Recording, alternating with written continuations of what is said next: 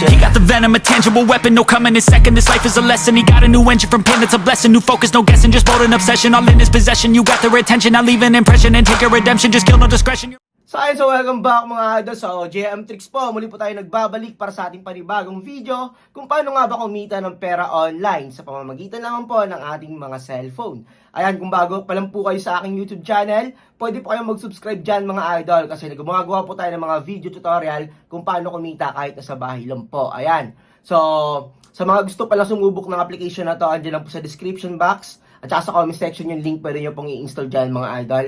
Kung gusto nyo pong i-try. And then, mag-comment po kayo ng Gcash number nyo dyan sa baba pag napanood nyo na tong video na to. And then, pag sinare nyo na po tong video na to, pwede po kayo mag-comment dyan ng Gcash number nyo with hashtag JMTricks at baka sakaling kayo na yung manalo sa ating random picker. Kasi palagi po tayo nagbibigay ng Gcash sa every videos po na ina-upload natin araw-araw. So, mga idol, proceed po tayo sa gameplay natin. Let's go!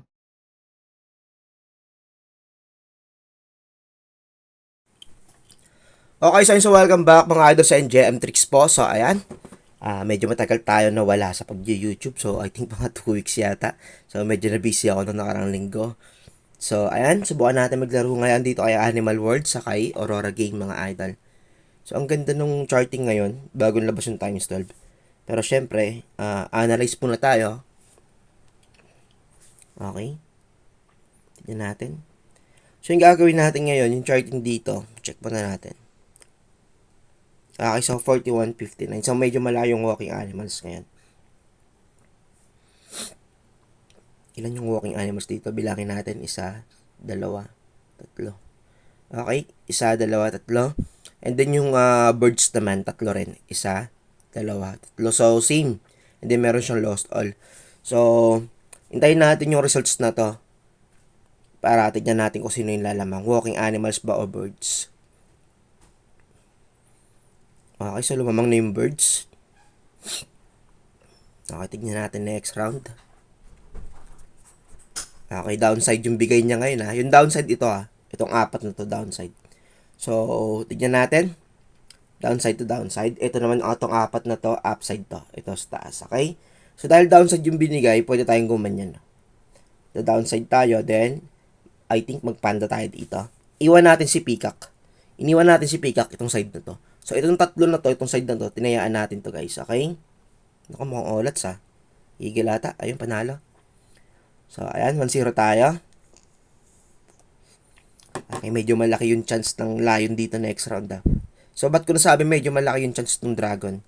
Ng dragon, ng lion. Kasi nga, panda, peacock, eagle. So, ito. Panda, counter niya si... wait lang, tayo muna tayo. Ganyan muna tayo. So, si Peacock, ito si Peacock, counter niya si Panda. So, ayan na, binigay na. So, ayan, binigay na. So, ngayon si Eagle, yung counter niya, automatic si Lion. Tignan natin kung anong bibigay. So, hindi siya nag-Lion. So, ayun, Eagle. So, pasok pa rin. Dahil times 12 pa rin yan. So, all goods. So, di man siya nag-Lion, pero okay lang kasi nasa downside bet pa rin tayo. So, sa downside bet pa rin tayo nakafocus. So, dito yung charting ngayon, yung upside, 2 lang. Si Monkey, tsaka si Swallow. So, halos lahat dyan, downside bet na. So, ngayon, wag natin tatayaan hindi natin tatayaan ngayon si Eagle. Okay? Iwan natin kasi 3 Eagle na yung andito. So, possible kung mag-downside bet yan, hindi yan mag-i-Eagle. Ay, ganda na pasok natin guys ha. Paldo tayo no? Okay. So, ngayon possible pumatong rin si Lion dito. Tignan natin, so downside bet pa rin tayo. So, ganito lang hulihin yung downside bet. Lagi nyo antayin itong lost all na to. Okay? Then, dapat pantay yung dami nung Ayan, ganyan ulit tayo. Iwan natin si Eagle. So, kasi di ba kanina dito tayo? I think ganito ata kanina. So, pantay kanina yung bilang nung 3 Eagle dito. 3 birds and then 3 walking animals. Then, merong lost all. So, ganun na yung diskarte doon. So, ayan. Lion nga, di ba? So, dahil 3 kanina, naghintay tayo kung ano yung bibigay. So, binigay kanina Panda. So, it means walking animals and then downside bet siya. So, ayun. Yun yung ginawa niya. Nag-trend siya sa downside bet. So, I think ngayon okay na ako dito. Wag muna tayong tumaya dito, guys. Check natin yung ibibigay niya. Okay. Medyo barado yung lalamunan ko ngayon eh. Check natin to guys ha. Ayun oh, grabe oh. Downside bet pa din. Sayang, times 12 sana. Pero I think okay na ako dyan. Huwag tayo maging greedy kasi baka di lumabas yun mamaya. Maging greedy pa tayo dyan. So ayun, I think okay na ako dito guys. All goods na ako dyan. So, isa pa, tignan natin. Manood na lang tayo. Ganda oh. Palong-palo, no? Sobrang solid yung downside bet. Possible kasi bumawi na yung upside eh. Yung apat na to eh. Nagpaulan na kasi ng times 12 eh. No, yan na nga. Bumawi na. Pahabol na lang yun. Uy, sarap po. Wow, golden shark. Solid yun. So, ayan. I think okay na dito. Labas na tayo, guys. Grabe naman yung golden shark na yan, no? Sobrang solid. So, labas tayo 20k.